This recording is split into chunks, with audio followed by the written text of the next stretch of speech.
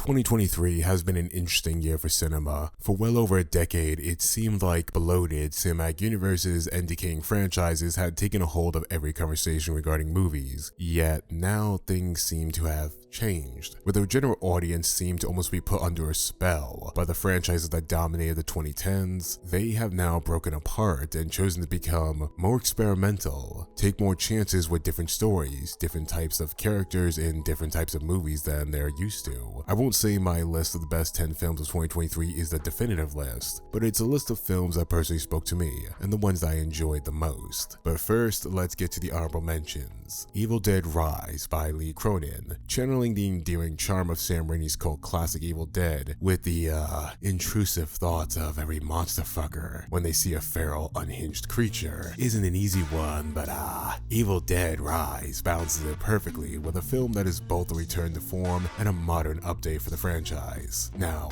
someone cast maggot mommy Alyssa Sutherland as Mary Jade already, so George can somehow return and make a real Heir to the Empire trilogy. I am incredibly delusional. Barbie, directed by Greta Gerwig. Barbie is a surprisingly humanistic story of finding your purpose and reason for existing in a world that has already predestined who and what you should be. That is sadly brought down a little bit by the ham-fisted themes of white feminism that feels outdated. It hurts the universal humanistic story and also overlooks the fact that not every woman is a white American woman living in San Francisco. Still, it is a very enjoyable movie about finding your purpose in a world that has never really given you one, but what it wanted to project onto you. And in the end, despite any flaws you can attribute to the film, its message is that no matter what, you are enough. Listen, I had to put the meme in there somewhere, shut up. The Iron Claw, directed by Sean Durkin. I don't know much about wrestling, but The Iron Claw made me invested to learn more about this world with its emotionally gripping and raw, realistic portrayal of this crazy, insane world that I really never knew anything about, and the people that inhabit it. It's a film that looks gorgeous with performances up and down that deserve every nomination possible. Zac Efron gives a career performance as he has transformed himself into a beast, both emotionally and physically for this film. Mission Impossible Dead Reckoning Part 1, directed by Christopher McQuarrie. In Tom Cruise's latest update to defy the laws of God and man, Mission Impossible Dead Reckoning Part 1 is another entry in the death-defying franchise that went the extra mile to do its part to keep theaters alive with its insane spectacle and women I would love to punch me in the throat till I sound like Marge Simpson. Regardless of if you're a fan or not a fan of the Mission Impossible films, Dead Reckoning has something for everyone. And while at times it gets lost in its own practical spectacle and kind of becomes, well, just a spectacle, it is always entertaining. It is worth your watch, worth your money, and I would buy it on Blu-ray. Poor Things, directed by Yorgos Lanthimos. I definitely butchered that name more than I can even comprehend. Nothing I would say would do Poor Things justice given how absurd and chaotic it is. All I can say is if you want to see Mark Ruffalo prove he still has the acting chops, despite being trapped in the MCU basement, and Emma Stone give another career performance that will either win her Best Actress at the Oscars or get completely snubbed with no middle ground because the Oscars suck, go check out this film. It's fun. It's weird. I'm definitely gonna have nightmares about it. Nimona, directed by Nick Bruno and Troy Kwan. I definitely messed up that name as well. Nimona is just fun. It's a fun, entertaining, heartfelt movie with chaos, lovable characters, creative and stylish animation that elevates its source material while staying true to the original story, themes, and its overall great time message. If you're a fan of animation or this story that doesn't treat its characters of color or characters of varying lifestyles as tokens or diversity points, go see this film. I loved it incredibly. May December, directed by Todd Haynes. A movie that made me go, what the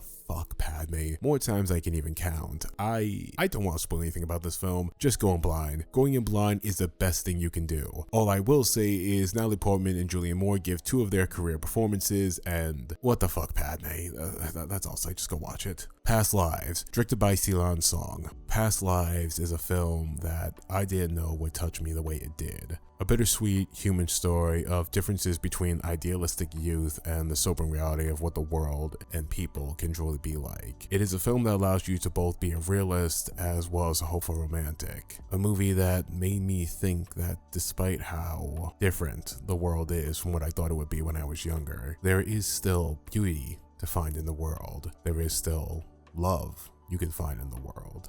And I think if there's any movie in this honorable mention category I think you should see, it's this one.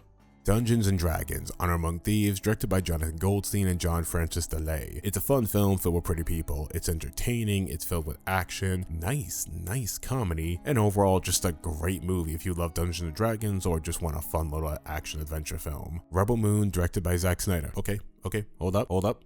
I know it's getting torn apart by critics everywhere, but Rebel Moon is an endearing film in the way many Zack Snyder films are. Visuals, action, and sincere commitment to its premise. But it's also frustrating in many different ways it didn't need to be. For a film to be both a part 1 and a trimmed down streaming version, no favors are done for its story. But if you're willing to wait for the director's cut, or if you're willing to take this film at face value despite its flaws, I think if you're a Zack Snyder fan, you'll enjoy the movie for what it is. Just don't compare it to Star Wars, because it's definitely not Star Wars. More like Warhammer meets Dune. 65, directed by Scott Beck and Brian Wood. For as much hate as this movie has gotten, I honestly didn't find it to be a terrible movie. Not a great film by any means, but I think the names attached to it set many expectations higher than the film could reach for many, but for me it was exactly what I thought it would be from the trailers. A fun little sci-fi dinosaur movie with a Kylo Ren who actually got therapy and ended up with a girl from the Lego Holiday Special. I think it's okay to enjoy movies that are not these high art films that are just fun, entertaining, and kind of silly and stupid. That's what 65 is, a fun little sci-fi dinosaur movie that Adam probably made for his son. It's fun, I liked it. Creed 3, directed by Michael B. Jordan. Truth be told, I actually forgot this film came out in 2023 till someone in my group chat reminded me. Creed 3 was a pretty solid film that delivers on another entry and probably the strongest sequel trilogy ever to follow up a legendary franchise. Now, let's get to my favorite films of 2023. Talk to Me, directed by Danny and Michael Philippou, a terrifying raw film that takes the feelings of isolation, addiction, grief, and bad coping mechanisms and turns them all into a sickeningly twisted horror film that makes you question what is real and what isn't. The less said about the plot of the film, the better, because this is a film I think going in blind will enhance the experience. That being said, A24 has proved that they are without a doubt the place to go for audience and filmmakers who crave more from their cinema. Air, directed by Ben Affleck. If there's one thing lots of people, including myself, seem to forget, it's that Ben Affleck is one of the best filmmakers out there. And it shows in the way that how other directors can take golden concepts to make them boring or wasted potential, Ben Affleck can take a simple concept about shoes and make it one of the most emotional films of 2023. At the very least, Ben deserves the Best Director nomination, but he'll probably get snubbed because the Oscars, well, they're the Oscars. The Creator, directed by Gareth Edwards. After finally escaping from Disney Lucasfilm's basement with a promise he'd never mention and debunk any claims of the original cut of Rogue One, Gareth Edwards has somehow returned to the big screen with The Creator, a Blade Runner meets Star Wars sci-fi inspired story that is endearing as it is ambitious. While not revolutionary in every aspect, The Creator is a film with a lot of heart, elevated by its director's talent for visuals and its compelling lead actors, that gives a fresh take to the lone wolf and the cub story we've seen so many times before. Killers of the Flower Moon, directed by Martin Scorsese. Killers of the Flower Moon is the latest entry from Uncle Martin Scorsese, a filmmaker who needs no introduction with a career as decorated and remarkable as his. Initially, I had been disappointed in the film, feeling as if it wasn't the director's best, but after rewatching, I realized many of my disappointments were based on the fact that this was a film that saw Uncle Marty move out of many of his comfort zones as a storyteller. This is a bleak film, where our protagonists, played by beloved actors, are evil men with no redeeming qualities to romanticize or justify their actions like many of his older protagonists have been, where the victims in the film are real people who have been victims throughout history. It's an emotionally taxing story, and further proof that Uncle Marty is one of the greatest filmmakers to ever live. Across the Spider-Verse, directed by Joaquin Dos Santos, Kemp Powers, and Justin K. Thompson. In an era where the superhero genre has become formulaic and vapid, filled with flat characters, empty visuals, and writing that aspires to be nothing more than what you'd expect, Across the Spider-Verse is a breath of fresh air. It's a movie that suffers in certain areas when it comes to its production that seem to have been one of the most unorganized and unprofessional productions you've ever seen at that level of filmmaking, at least outside of your average Disney live-action production, with hundreds of animators quitting and the film still being worked on while it was in theaters. But as a story in a film, it is incredible, especially with the lengths someone will go to protect what they love and the hardships someone goes through when they put on that spider mask. While not a definitive masterpiece like Into the Spider-Verse, Across the Spider-Verse is still one of the best Spider-Man stories ever told, second to only the original film Into the Spider-Verse. It solidifies that Miles Morales is Spider-Man. He is this Spider-Man of this era, of this generation, while continuing to build upon Gwen Stacy as not just his love interest, but her own character in of itself. Gwen and Miles, while they are clearly being set up to be the endgame of the trilogy, are their own remarkable characters that many people in this generation will look back on as their Spider People. If Beyond the Spider-Verse manages to close up this trilogy on a high note, it will definitely be one of the best trilogies ever put to film. Not a flawless one by any means, but definitely an enjoyable one that stands above the rest. John Wick 4. Directed by Chad Stahelski, the John Wick franchise should be considered the savior of the action genre in the way it revolutionized the genre, with stylized action and surprisingly emotional stories. On a technical level, these films are remarkable and deserve more awards than they'll ever likely be given due to the stigma around the genre of action films. John Wick 4 is brilliant. In fact, I would actually say it's my favorite of the John Wick franchise. There are so few stories these days that aspire to have endings, to give a sense of finality, yet John Wick 4 gives that oh so rare ending to a story that has been running for 9 long years. An ending that is exciting and high octane as it is quiet and emotional. Watching its final scene reminds me of the feeling I got the first time I watched the ending of Cowboy Bebop, and ironically it was indeed inspired by that classic space western anime. Regardless of what the future may hold for John Wick, for myself personally this was the perfect way to end his story, and I'll always treasure that ending. They Clone Tyrone, directed by Jewel Taylor. It sounds difficult for a film to be as weirdly absurd as this one, feeling like it's an Elseworlds story set in the Boondocks universe, to also be a sincere, heartfelt film, but They Clone Tyrone manages to have that balance, like it's walking a tightrope between insanity and sincerity, and it's just brilliant. In many ways, They Clone Tyrone is an instant cult classic in how it blends its comedy and sci-fi elements to create this modern contemporary film that feels like it exists in a world like Pulp Fiction or Atlanta. I could imagine it becoming its own trilogy of this trio of individuals solving crimes around the country if John Boyega and the creators wanted to. This film is stylistic, the direction is filled with purpose, and as far as screenplays goes, it deserves to win every award for how it manages to even function on any level. In terms of original story, this is by far my favorite. I hope John Boyega, Teyonah Parris, Jamie Foxx, and Jules Taylor get all the awards they deserve for this film, even though I know the Oscar is going to snub it, but fucking hell, this movie was incredible. The Boy and the Heron, directed by Hayao Miyazaki. Unlike all the other entries on this list, I don't think there's any words I can use to help describe this film. The Boy and the Heron is a reminder that Hayao Miyazaki is a treasure to this world, and this amazing studio that consistently produces these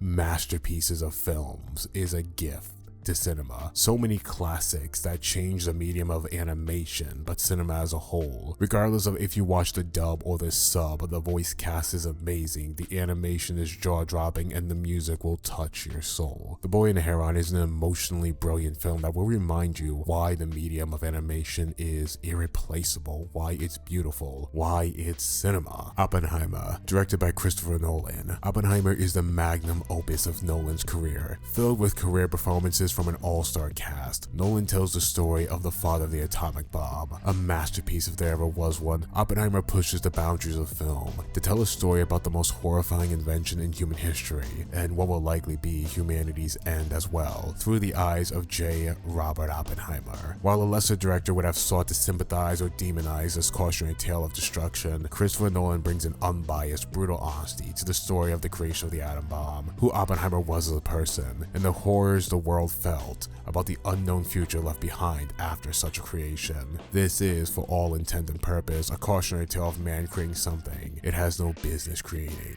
and has no true ability to ever control. Godzilla Minus One, directed by Takashi Yamazaki. Godzilla Minus One on its surface is a fantastic and thrilling return to form for the Godzilla franchise, and beneath that, it's a poignant and emotionally touching story of the human spirit to not only survive, but to find reason and happiness in one's own existence despite the circumstances that may crush that spirit. A story that balances the unimaginable destruction and death caused by a creature of humanity's own hubris, with this unkillable sense of hope even in the bleakest of times. If Christopher Nolan's Oppenheimer is a cautionary tale of humanity's hubris, then Takashi Yamazaki's Godzilla Minus One is a tale of humanity's spirit to battle against its own destruction, because despite everything, there is still a reason to live, a reason to find family and community community where there was once nothing but hopelessness. I never would have believed a Godzilla film of all things in the modern day could have spoken to me the way this did. But out of all the films of 2023, out of all these accomplishments of cinema, storytelling, acting, everything that makes us want to go to the cinema, to make us want to see movies, this was the one that stuck with me the most. This was the one that made me feel the most. And out of all these great films, Godzilla Minus One is the king of them all for me. Thank you to everyone who stuck with me in 2023. I know it was a difficult year because I had so much going on and I wasn't able to upload as much as I wanted to or even promised to. And I really appreciate you all for still being with me to this day. Thank you to Steffi, Molly, M, Lola, Rhea, Jason, and the Cloney Boy, all my Patreon and YouTube supporters, my channel manager Chloe, Frank the FBI agent, and all of you who have commented and watched my videos. You're part of the reason why I made it through 2023, and you are a giant reason as to why I'm going to make 2024 a better year for this channel. Happy New Year's, and I'll see you for the next video.